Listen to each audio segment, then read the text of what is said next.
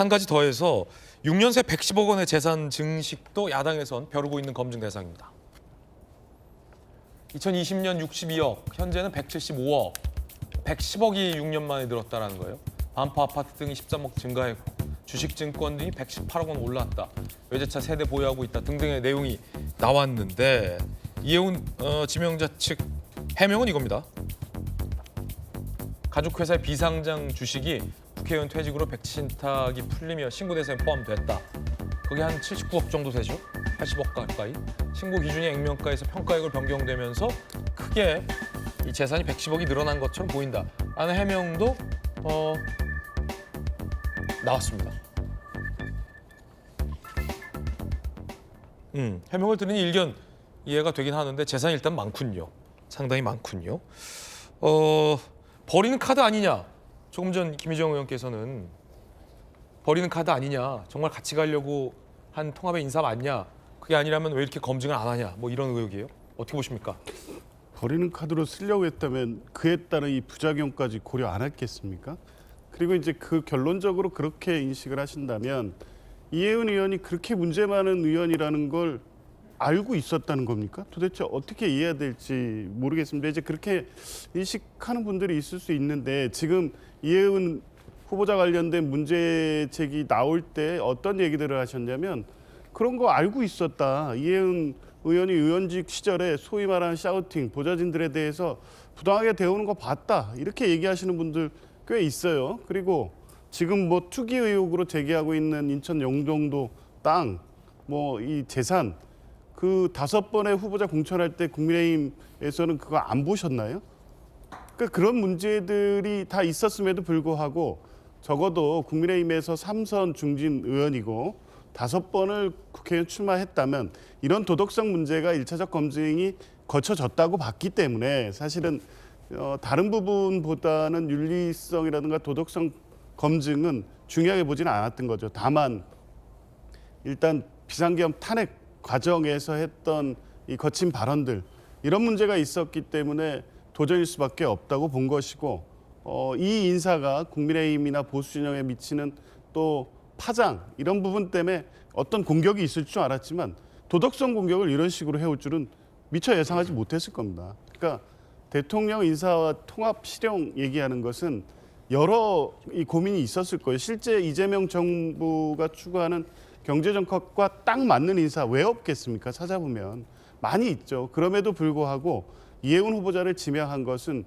일부 경제정책에서 경직된 모습을 보이긴 하지만 최저임금법이라든가 경제민주화 관련된 나름의 소신 이런 부분을 가지고 이 정부와 맞춰가면 오히려 국민에게 도움이 되는 어떤 경제정책이 가능하겠다는 판단이 있었기 때문에 한편의 정치적 부담에도 불구하고 인사를 한 거죠. 이런 인사를 정치적인 이 셈법만 계산해서 버리는 카드로 쓸 정부가 있겠습니까? 저는 그거는 좀 상식에 맞지 않고 동의하기가 어렵습니다. 네.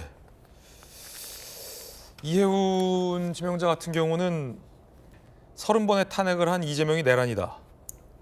라는 발언을 한 인사이기도 합니다.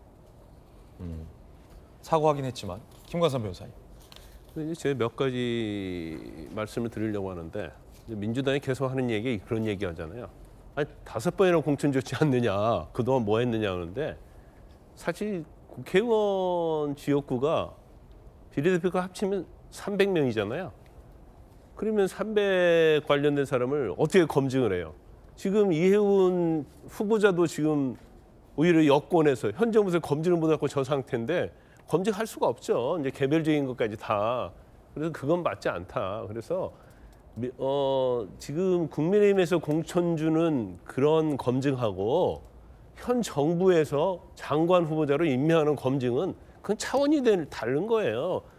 장관 후보자 지명하는 것은 선택과 집중인 거고 그다음에 총선 공천은 이건 엄청나게 어떻게 보면 선택과 집중할 수 없는 거기 때문에 이걸 가지고 국민의힘에서 검증을 못했다는 건 이건 맞지 않고요. 검증의 기준은 달라야 된다. 근데 이제 제일 중요한 것 중에 하나가 뭐냐면 일단 이해운 후보자는 현 정부랄지 민주당과 같이 할 수 있는 사람이 절대 아니에요.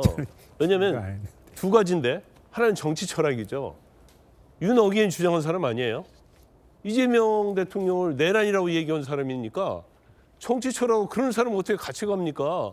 대통령을 범죄자 취급하는 사람하고 또 이전에 계엄을 한 내란 범죄로 처벌받고 지금 재판 과정에 있는 사람을 옹호했던 사람이 어떻게 현 정부와 같이 가요?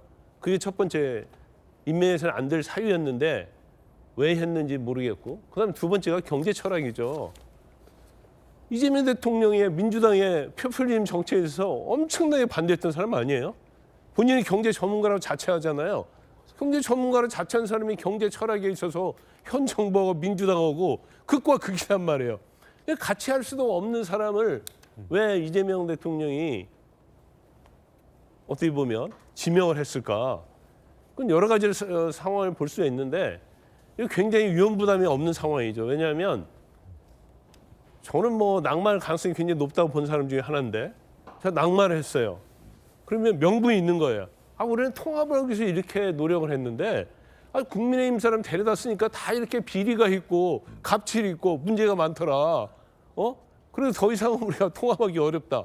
그래서 오히려 국민의힘 자체를 이러한 비리 집단으로 매도할 수 있는 그러한 어떻게 보면 이혜원 후보가 굉장히 중요한 어떤 명분, 표본이 될 수 있는 거예요. 그래서 뭐 대통령께서 뭐 그것까지 생각했겠습니까마는 뭐 결과론적으로 보면 그런 면도 좀 있구나. 그런 생각 우리 한번 해볼 수 있는 뭐 그런 상황이 아닌가 싶습니다. 김관선 변호사의 개인적 견해 전해드렸습니다.